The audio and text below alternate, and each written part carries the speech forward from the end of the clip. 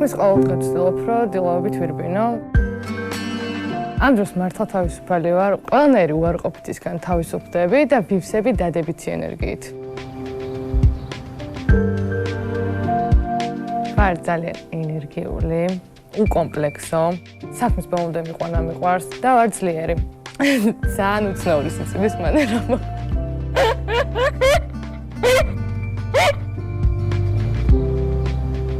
რაზე ვოცნებობ?